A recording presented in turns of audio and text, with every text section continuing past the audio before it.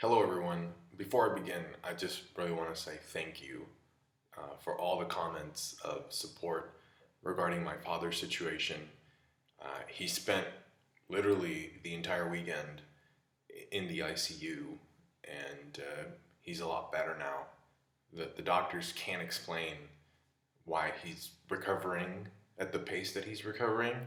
So, thank you so much for keeping him in your thoughts and in your prayers. And, I'm just so grateful to have all of you. And I know I don't say that enough, but I am. Uh, he left the ICU on Tuesday, and we're being told that he's supposed to come home today. So, thanks again. Let's get into some One Piece. We start off with the Fire Tank Pirates turning away or running away from the Red Line because it's being guarded by the Marines because the Reverie is being held on top of it. And in the last chapter, the cover page for last chapter, it said that they were heading over to Thriller Bark. And so I got excited because I thought that we were going to finally find out what those long, giant, monstrous looking spikes were at the end of Thriller Bark with those glowing red eyes. But it looks like they're not going to go back there anymore. And because of what happens in this chapter, like the introduction of these creatures called the Numbers, do you think that maybe this creature or whatever this monster is has some connection with the Numbers that we got introduced to in this chapter? Because I think based off its scale, just based on its size, this thing in Thriller Bark, whatever it is, seems to be a lot bigger. We start off with Zoro and Ringo, and it actually looks like he is going to be losing Shusui because he's going to be exchanging it for Enma. One of the most important things that we learned from the last chapter, I thought, was that the ruler of Ringo was a man named Shimotsuki Oshimaru, and the last name Shimotsuki is actually also the last name of Yasu, and therefore also the last name of Toko. Now, if you look up the name in the wiki, Shimotsuki is also the name of the village that has the dojo that Zoro trained in. That's where Koshiro lives, in Shimotsuki Village. It's also the place where Dragon arrived, carrying Sabo after Sabo got injured. Make of it what you will, but I do not believe that the place having that name is a coincidence. It's undeniable at this point. There's undoubtedly a connection between Wano, Shimotsuki Village, and Koshiro. Hiyori mentions that Odin used to use the dual sword style or the two sword style because he had two swords. One was Enma, and the second one was Ame no Habakiri. And one went to Hiyori and the other one went to Momonosuke. So I'm kind of curious about whether these two swords are actually, what grade they are. If they're actually one of the 12 Saiho Wasumono grade swords, one of the top tier swords. Because we only know about three, right? We know about Mihawks, we know about Whitebeards, Bisento, and we know about Shodai Kitetsu. Now we know that the name Enma, which is the name of the sword that was able to injure Kaido and give him his only scar, Enma means the god or the lord of the underworld. Hades, essentially. Meanwhile, Ame no Habakiri means blade of heavenly wings, or heavenly wing slash. So we got this yin and yang, heaven and hell sort of a theme with these swords that appear to complement each other in some fashion. Now, because Enma is a reference to the lord of the underworld, the fact that Zoro uses Ashura to fight, which we haven't seen him use post-time skip, but because that's one of the things that Zoro does, I think it's pretty clear to say that the sword of Enma will power up Zoro's Ashura mode, just because Ashura is also associated with spirits, or demons, right?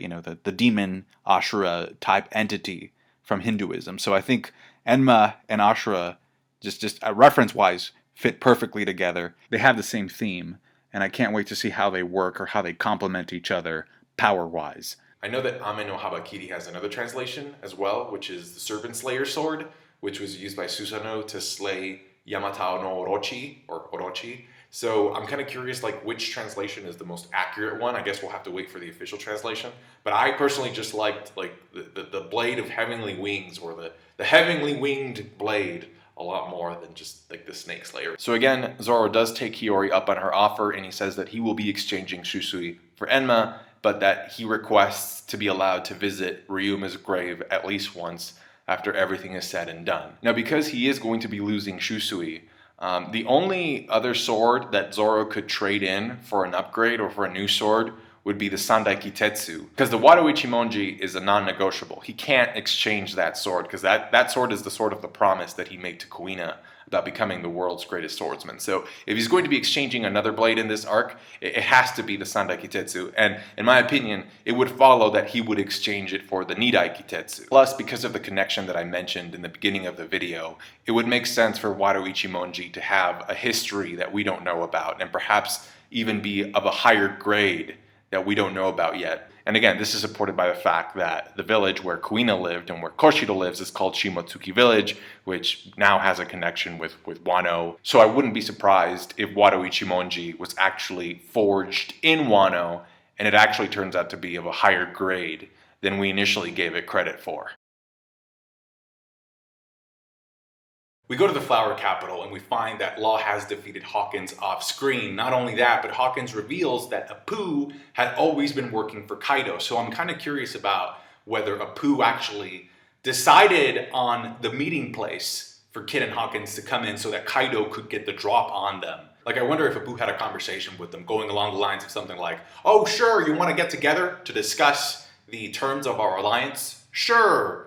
Why don't you just meet me under this cloud here? Just stand under this cloud and we can talk things out." So all of this, him being shocked over Kaido arriving and he just being like, completely intimidated about him was a complete lie, which makes Apu look like more of a pirate, to be honest. Because like Robin said back in Punk Hazard, treason is very common within pirate alliances, but it also kind of makes him look sleazier than I thought he would be. Hawkins decided to bend the knee because he calculated that his chances of survival were 0, and then Killer and Kid went up against Kaido until they collapsed. And, there's a line that Hawkins says where it's like, Kaido doesn't really kill people like that, which we knew because otherwise Luffy would not have been sent to Udon. He would have just been, killed. But then that's the end of One Piece. So yeah, it's like a justification for like, this is why Kaido doesn't do it. He would rather break your spirit and have you join his crew than, kill you on the spot. And then there's something that Hawkins says to Law, which again brings up that sense of loyalty. Speaking of treason, right? That sense of loyalty that he has towards the Straw Hats. And Law gets very, very upset about that. It's like, none of your business. And then he walks away, and there's a figure that has a cloak. We know he has a cloak because you could see it, or a cape.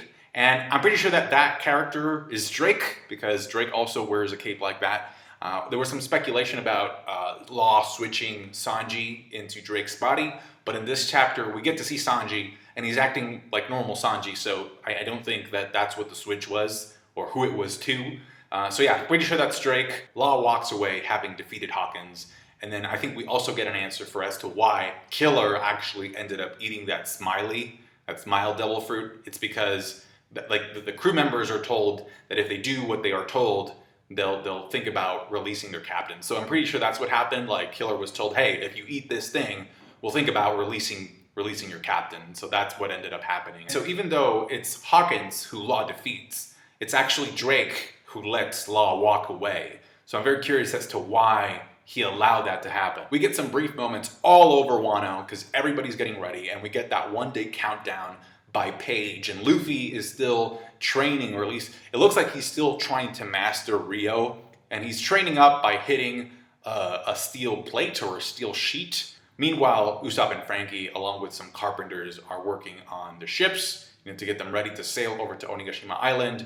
And we get like little panels of some of the bosses, the Yakuza bosses, that are dispersed all over Wano. The Yakuza Ringo lady, who I believe is called Cho, is actually in the weapons hideout that we saw in last week's chapter, where Kawamatsu and Yukimaru were storing the weapons that they had been gathering. And then Kinemon reveals that the change in the message that Yasui made was that instead of meeting at a port in Hakumai, which is called Habu, now the meeting place is in Udon, in a port called Tokage, which makes sense that the location was changed over to Udon because that's where Luffy is. So, it's the main character. The main character has to be the anchor for this alliance. And speaking of the alliance, we get this really cool elongated shot of 7 of the 9 red scabbards. We're just missing Nekomamushi and Denjiro, whoever he is. Although technically, I think this chapter makes it a little bit more likely that Denjiro is in fact Kyoshiro, and I'll tell you why, near the end. This may seem like a sudden revelation, but Kaido and Big Mom have decided to join forces. Actually, no. The revelation is actually the fact that there's a second entrance into Wano via an elevator that you can get to by just, going through the waterfall instead of climbing it. So, but I think that narrator box of like, this may seem like a sudden revelation would have worked just as well with what happens at the end of this chapter. Once you get past the waterfall tunnel and you ascend via the elevator with either Kaido or Orochi's permission, you get to Hakumai, which is where Appu is. And I get the feeling that Oda decided to show us this second entrance because I think that second entrance is going to be used by the Alliance at some point during this arc, perhaps to be able to do a surprise sneak attack or to send in reinforcements via that way as well. Appu tells Kaido that he's there for the festival, mainly the Golden Kagura, which he looks forward to because it only happens once a year. This is a reference to a Japanese festivity which involves music and dance. So it makes perfect sense why Appu would be thrilled or excited about joining into the celebration because he's a musician. So he's probably going to be DJing the thing, or at the very least providing some music for the festival. Then we get this shot of these little kids staring up into the mist. And I could just hear these massive stomps following Appu. Which, by the way, Appu arrived with these creatures. So it kind of gets me to think that perhaps you need music to control the numbers or something like that. And it's interesting to note that all of the numbers that we see, the silhouettes that we see in this chapter, they all have horns. So perhaps they belong to the same race or species that Kaido, Oars, and Oars Jr. belong to. But regardless though, I think that what this chapter accomplishes with these guys showing up and then the Alliance by the end of the chapter is that it tilts the scale against the Alliance. Which I know some of you were pushing for this to happen, for the scales to be in Kaido's favor, because up until this point, there's been a lot of recruiting for the Alliance. A lot of people teaming up and pledging their service to defeat Kaido. And so it kind of just felt like, whoa, there's a lot of people up against Kaido. And then you have this happening, and then you have, you have that Yonko Alliance. So now things are getting fun. Things are getting fun. We still have the Marines. We know the Marines have to get involved because Sakazuki Akairu told Kizaru to go. At the very least, we're getting an admiral in this game as well. At the very least, I'm thinking 2 admirals. But who knows? The point that I'm trying to make here, though, is that if you take a deep breath, you begin to get a taste of the Marineford level hype beginning to rise, right? Like it's like escalating gradually. You feel it. Here we go. Here we go. I feel like this would be a great moment for a Big Mom song, like the one that we got in the beginning of Whole Cake Island, like la la la dee, la la la doo. Kaido is my best friend. We banged all night. It was all right. But now prepare for the end. So I'm guessing this is what Kaido meant when he said that he wanted to start the greatest war the world has ever seen. I guess it's true what they say, that when it's 1v1, always bet on Kaido. Unless that other one is Big Mom, because then you're going to have 2 Yonkos coming for your ass. Best case scenario, more members of the Alliance get utterly wiped out and destroyed than we ever thought possible. Worst case scenario, 2 Yonkos end up falling this arc. They end up being defeated this arc. I don't see how that's going to happen though, so that's why I'm saying that's the worst case scenario, and I don't think Oda would do that, especially because if you remember in Whole Cake Island, Luffy told Big Mom, after I'm done with Kaido, you're next. So that makes it obvious that Luffy's priority right now is Kaido. Big Mom is kind of for later. I feel like the Alliance is going to be needing some heavy plot convenience for them to have a shot at making their plans come true. The only thing I ask though is for that convenient thing, if it happens and if it needs to happen, the only thing I ask is for that convenient thing to not be Big Mom's hunger pangs. I don't want her getting hungry for something mid-battle. I don't want her raging over that. No, that would just be super annoying. So whatever adjustment Oda needs to make, I just hope that it has nothing to do with Big Mom being hungry. And because this chapter pretty much sets the stage for the Alliance being clearly outmatched, this is another reason for why I think Denjiro is Kyoshiro. Because I think they're going to be using a lot more strategy. I feel like they're going to have to navigate Wano a lot more intelligently. And so Kyoshiro, if he is Denjiro, he has a lot of inside information that could be very useful for the Alliance. I mean, unless like an admiral starts duking it out with one of the Yonko, or like 2 admirals show up and then start distracting a Yonko. Although technically, because admirals are Marines, by definition, they should be attacking both the Straw Hat Alliance as well as the Yonko and their crews. It's not like, because they're both pirates, right? So they should be attacking both sides. So man, it's gonna get crazy. A Yonko alliance is unprecedented. It's so shocking, in fact, that if you look at Onigashima Island, even the island skull is in shock. It can't believe it, right? What's going on? So we don't really know how a Yonko alliance would work. Because I think that one of the problems with Big Mom and Kaido is that their egos are so big that they could end up like interrupting each other or getting in each other's way all of a sudden. I like how Big Mom finally got her Oshiruko, because you see her holding a little bowl of it.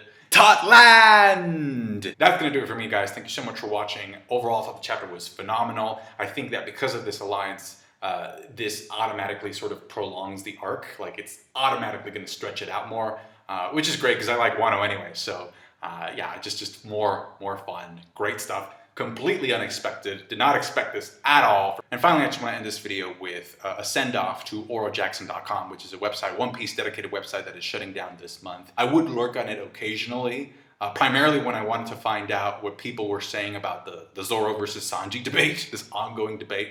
And some of the posts were just like, I'm not gonna lie, some of the posts were just clearly out of this world insane and then funny. But other posts, like you could tell, were very well informed and very thought-provoking posts that were evidence-based. But even the funny ones, even the ones that I thought were kind of like, whoa, a little bit too much, I think both of those things, like, they only come from a place of being passionate over a series. So shout out to the Oro Jackson community and the people that helped maintain it, because I do think it had a pretty unique, I think, and important role in the One Piece discourse that you see, and I think that you will see online in the future. Thank you so much for watching, guys. Like the video if you did, subscribe to my channel if you haven't done so already, comment down below with your thoughts, and I will catch you guys next week with a new video. And once again, thank you so much for the immense amount of support that you sent my way during the weekend. I really appreciate this. Thanks again, and I'll catch you guys later. Bye.